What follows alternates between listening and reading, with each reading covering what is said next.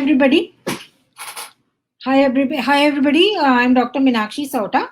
I'm a director at Cloud9 Hospitals, Gurgaon, and it's great connecting with all of you today on Facebook Live. And the first thing I thought today about what I should talk about is about high blood pressure in pregnancy. Now, this is a medical topic, so nobody really covers it and talks to the patients about it. And patients also generally tend to sort of, go into a state of denial. Every time we try to measure their blood pressure and tell them that, look, your blood pressure is slightly on the higher side, the first reaction that I get from all my patients is a complete denial. कि नहीं doctor मैं अभी चल के आई हूँ इसीलिए मेरा BP ज्यादा है, या today I have not slept in the night so my BP is high, or today I have eaten something like this, gone out, or I've been under stress so my BP. So, the first reaction is denial.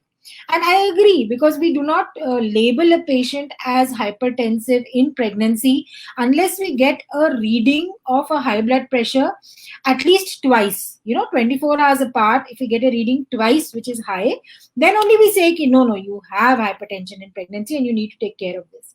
But even then, the biggest reaction, the first reaction that we get is कि नहीं doctor हमारा BP high नहीं हो सकता है. But that is why I decided to take up this topic today, because I really want to talk to my patients about how bad high blood pressure can be in pregnancy. Okay, so first of all, let me begin with what are the types of high blood pressure in pregnancy that we see. There are three types of women that we see with hypertension. One is a woman who's already having hypertension and who conceives. Okay, so she's already hypertensive, she's already on some kind of medication, and now she's become pregnant and come to us. The other kind of woman is who becomes pregnant, and during pregnancy, after the 4th or 5th month of pregnancy, her blood pressure starts rising. And the third type of woman is the woman who already has hypertension. She's on medication throughout pregnancy also, and then during the second trimester or the second middle of the pregnancy, her blood pressure still further rises. So this is the worst kind of woman, who's already hypertensive and who's now developed pregnancy-induced hypertension. Okay, so these are the three types of patients that we get to see. And the worst, as you can understand, is the one who's already hypertensive and who also will develop hypertension in pregnancy. Now, who are the women who are more likely to develop hypertension in pregnancy? It's very difficult to predict whether this woman who's coming to me is going to develop hypertension or not. So generally in our practice, we have seen that very young women, women who have a pregnancy before the age of 20 or 21, those are the ones who will probably develop hypertension in pregnancy.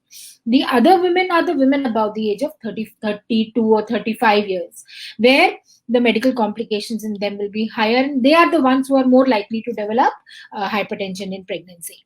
So the age group of, say, let's say 20 to about 32, 33 is generally a safer age group to have your babies. Earlier, of course, we used to say the best age to have a baby is before the age of 25. But आजकल 25 साल तक तो शादियां ही नहीं होती हैं, तो बच्चे तो कहाँ से ही होंगे. So now women are having their babies usually about the age of 30. And between 30 and 35, we see less of hypertension in pregnancy. But between after the age of 35, we do see a lot of women who develop hypertension in pregnancy. Now, what are the most common? How will you know whether your blood pressure is rising in pregnancy? So we always tell the pregnant mother to keep a BP apparatus at home. A BP apparatus is a very common thing now to have in every family. Everybody has some elderly parent or somebody who's hypertensive, and there is a BP apparatus at home. So we ask them to at least, once in 2 days monitor their blood pressure and check. So one way of checking is by monitoring your blood pressure. So you should know your baseline blood pressure. What is your baseline blood pressure? And any rise in the BP of about 20 millimeter of mercury, the upper ka reading, that is the systolic reading, and the niche ka reading, that is the diastolic reading. Any rise of about 20 millimeter of mercury above the baseline, read 2 readings 24 hours apart, we will say that yes, you may be having hypertension in pregnancy and you should immediately talk to your doctor about it. So this is the first thing, recording of a blood pressure, a high blood pressure. The other signs and symptoms could be a persistent headache, a blurring of vision, a pain in your epigastrium, sort of, pain just below your ribs, constant nagging pain. There could be the most common sign of raised blood pressure in pregnancy, which even the women in the villages know now, is swelling of feet. So every time a woman will see swelling of feet, her first concern should be, please let me go and check my blood pressure, whether that is normal or not. So there could be many reasons for swelling of feet and all in pregnancy, but puffiness of face and swelling of feet and swelling in your fingers and this may be the first sign that your blood pressure may be getting deranged.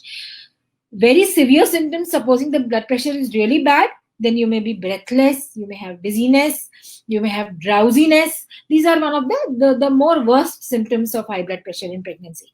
So every time you feel any kind of these symptoms, it is always safer to take a BP apparatus and monitor your blood pressure. Aajkal to sab digital apparatuses hote hain. It's very easy for anybody to take a blood pressure.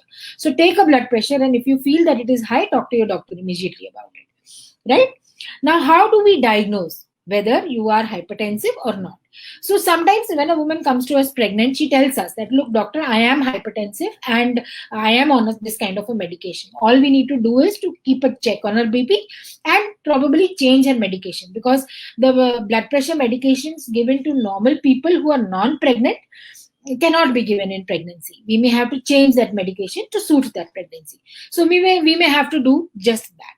But otherwise, when a woman comes to us with every visit, like we call a patient for a pregnancy visit every 2 to 3 weeks. So we monitor the blood pressure. And if we find a blood pressure to be on the higher side, we either, tell her to wait for 20 minutes and come back and take a blood pressure again, or we tell her to go back home and come back the next day so that we can repeat a blood pressure and see whether we are still getting a higher reading or not. Usually at the first reading, unless it is very, very high, we do not start medication. We usually start a medication only if we get, a reading which is high 24 hours apart. So don't fear if you're getting, a first reading which is very high. The other way of diagnosing a high blood pressure could be doing some tests. Like supposing I get a blood pressure high 24 hours apart, 2 readings, and I need to start a medication, I will also advise some tests. So usually in hypertension, we see that the platelet count of the woman becomes slightly low. We see that her liver enzymes start getting a little bit deranged. The most common thing we see is that there is a lot of protein shedding in the urine. So the urine will show proteinuria, or proteins being shed in the urine. So that is also the first sign that your blood pressure may be high in pregnancy, and you may be going in for pregnancy-induced hypertension, which is a condition, which is a medical condition. We also look at uric acid and kidney functions. We also look at 24-hour urine proteins to diagnose the severity of the high blood pressure on the kidney. Right? There is also a test which we call fundoscopy, in which we peep into the eye hole. The ophthalmologist has got an instrument with which she peeps into your eye hole and takes a direct look at the blood vessels to see whether they are in any kind of spasm or not, which is causing a rise in the blood pressure. And that's how we grade the severity of your pregnancy-induced hypertension. So whenever we get a high blood pressure 24 hours apart, whenever we feel that you may be a pregnancy-induced hypertension, we need to worry about you. We need to start medication, we need to do the tests, and we need to repeat those tests at regular intervals to see whether anything is getting worse or not. Right? Now, more important than all this, that this is all the doctor's work, what the doctor will do for you. Right? But what you need to know about pregnancy-induced hypertension. So you need to know that pregnancy-induced hypertension is not a good thing to happen. Right? You need to worry about it, but don't get paranoid about it. One. Secondly, it leads to some maternal complications, and it may lead to some complications to your baby also. So this is important to know. So what are the mother complications that it can lead to? First thing a pregnancy-induced hypertension can lead to is a condition called preeclampsia. Okay. Now you don't need to remember the preeclampsia. It's a medical word. You just need to know that severity of blood pressure rise in pregnancy is a condition which is called preeclampsia, which can be mild, moderate, or severe preeclampsia, depending on your reports, your investigations, and the rise in blood pressure, and how much we can control it with medication.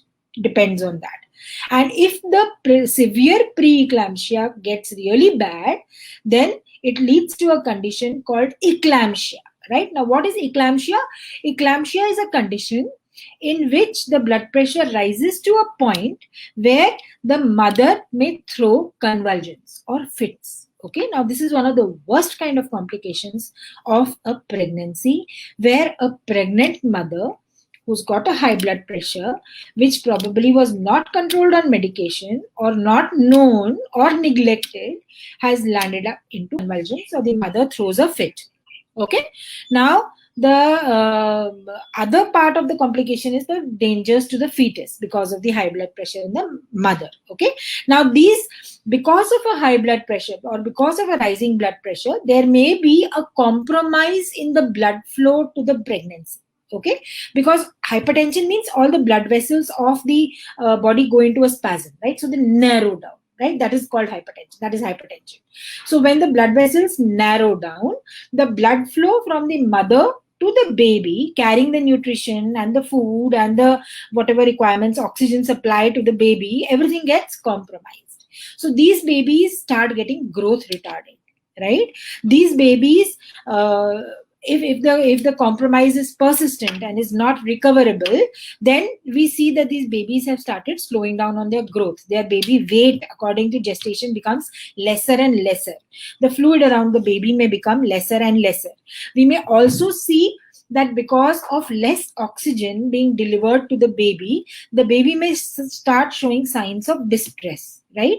So whenever we get a high blood pressure with a compromised blood flow to the baby, these mothers need to be monitored with ultrasound very frequently, sometimes even every day or every alternate day or every third day, depending on the severity of the compromise, so that the minute we see that the baby's oxygen supply is getting compromised and lesser, we can immediately pull this baby out. Sometimes we may need to pull this baby out even much before time. Supposing the oxygen supply to the baby or the food to the baby is getting very severely compromised, this baby is not getting oxygen inside, and we neglect, or supposing we say, no, it's too early to take out, or we are ignoring this, then we may lose the baby. So it's very important that whenever we see even the slightest of compromise happening to the baby, we have to monitor these mothers and babies very frequently with ultrasound to see whether the baby is active inside, whether the baby is getting enough oxygen inside, whether the baby is getting enough nutrition inside. And at any stage, if we feel that it is going to tip the balance, in the sense that the oxygen supply to the baby is going to compromise the baby to an extent where the baby may have a brain damage or where the baby may, die inside, we have to pull that baby out immediately, right? Of course, if we are pulling that baby out preterm, sort of much before time, then we have lots of injections and medications to be given to the mother, which might improve the lung maturity of the baby so that that baby does not need to go on a ventilator at birth, and the brain damage or the affection of the brain to the baby is much lesser, right? So those are the medications that we may need to give. So remember that high blood pressure in pregnancy can cause quite bad things to the mother and to the baby, and needs to be taken very seriously, right? Mothers should immediately go on salt restricted diet. They should be taking their medications as prescribed absolutely regularly. You may miss your supplement pill, but you will not miss your blood pressure pill at all, right? And keep a watch on the signs and symptoms like drowsiness, dizziness, persistent headache, persistent pain in abdomen, sudden pain in abdomen, where you may have to report to the emergency. Those may be emergency situations, right? Now, how do we manage blood pressure, high blood pressure in pregnancy? I told you these mothers need to be monitored very carefully. We need to monitor these mothers with a regular set of investigations to see whether the condition is worsening or not, and whether this high blood pressure is having a bad effect on the mother's kidneys or the mother's organs, and whether it's having a bad effect on the baby's organs. So at any stage we feel if the mother is going to tip the balance or the baby is going to tip the balance, we need to immediately pull out this baby. Usually, in a pregnancy-induced hypertension, means a hypertension that is caused because of the pregnancy, once we deliver the baby, immediately the mother's body starts recovering. And even the baby feels much happier outside rather than being inside where the baby is not getting enough. So outside the baby gets good oxygen, outside the baby will get good food. So that these babies do better outside than doing inside. Of course, that decision needs to be taken by your doctor who's managing you and who's following your pregnancy, because she will be the best one to decide when to pull this baby out to balance the prematurity with the survival, with the growth of the baby. Okay. What are the medications that we can give for high blood pressure? So there is a whole battery of medications that we can give. We usually start with one kind of medicine, add another one. We may also need to give some anticonvulsants, so that in case the blood pressure suddenly shoots up or something like that, and we are waiting for the baby to attain a particular stage of maturity, at least the mother does not throw a convulsion. So mothers, mostly, if it is not a very severe preeclampsia, and if it has not already gone into an eclampsia, mostly these mothers can be managed at home.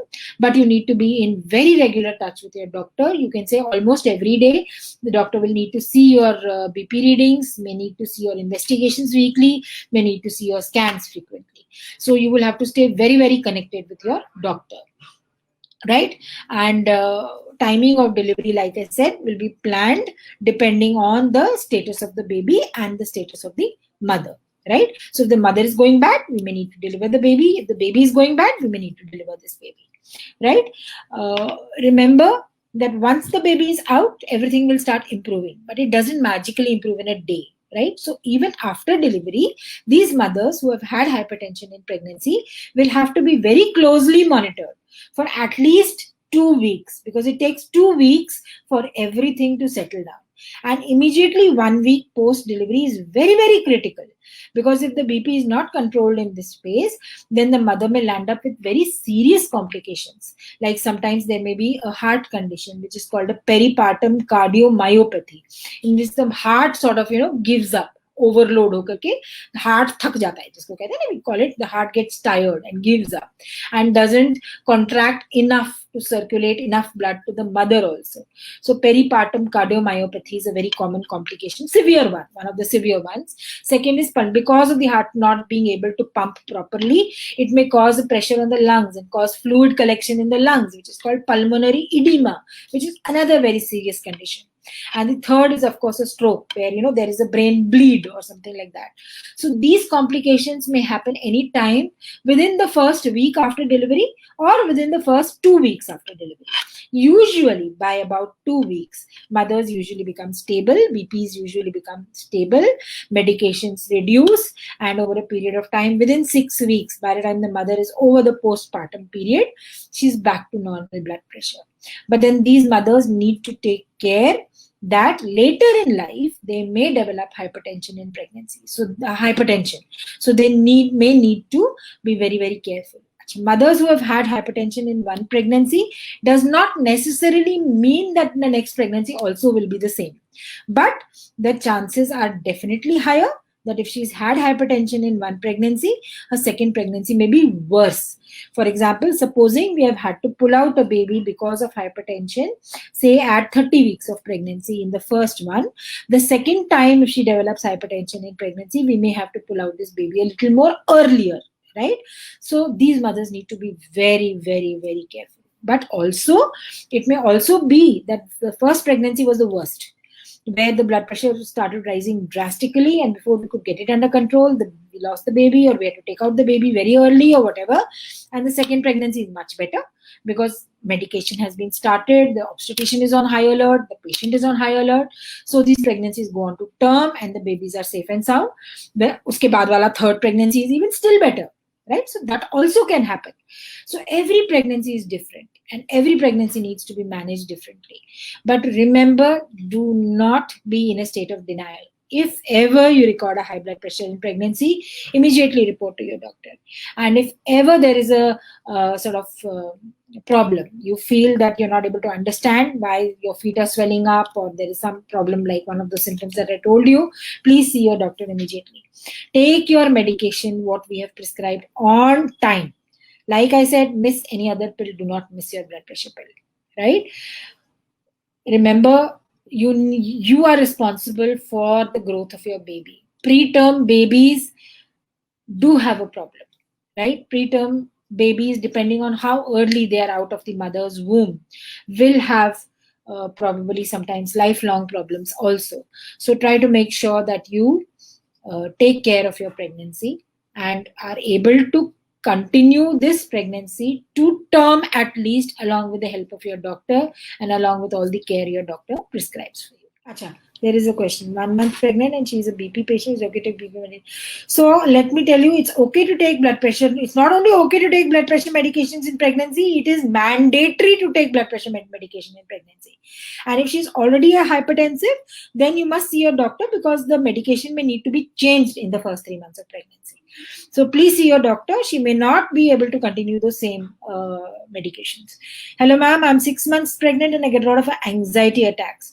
So anxiety is different from hypertension in pregnancy. If you have anxiety attacks, then there are medications which can, sort of relieve your stress. But most of the anxiety medications are not safe to be given in pregnancy. I would suggest meditation or deep breathing exercises, or just, frequent visits to your doctor, to talk to your doctor to relieve your anxiety.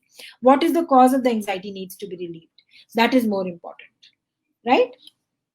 Any more questions do we have? Okay, Pallavi, I hope I answered your question. Rahul, what should my wife do to reduce hypertension during pregnancy? So basically what we say in pregnancy is have a healthy home cooked diet. Don't have a rich, oily, spicy food. What happens is that when you're having outside food, the salt content in the outside food is very high. And increased salt intake in pregnancy may sort of predispose you to develop hypertension in pregnancy. So normal home cooked, low salt food is good. And I think that should be okay. And that's the only thing that you can actually do to, not develop hypertension in pregnancy. Baki, if you have already developed it, then medication is the only answer. And you must not hesitate to take those medications. Rahul, I hope that answers your question. Anybody else having any more questions? Ashima, how to get relaxed during pregnancy? Pregnancy should be, as it is a very relaxed state. Usually anxiety in pregnancy is because you are worried about what is going to happen to you. So knowledge is the answer to get relaxed in pregnancy. Know about your pregnancy, know about your medical conditions, keep in touch with your doctor frequently, ask questions with your doctor. Once you know what is going to happen to you, once you know what your situation is, I'm sure there will be no anxiety and you will be more relaxed. Besides that, meditation, regular exercise, healthy diet, prayer, chanting. I always say that some kind of prayer or some kind of chanting in pregnancy should be done.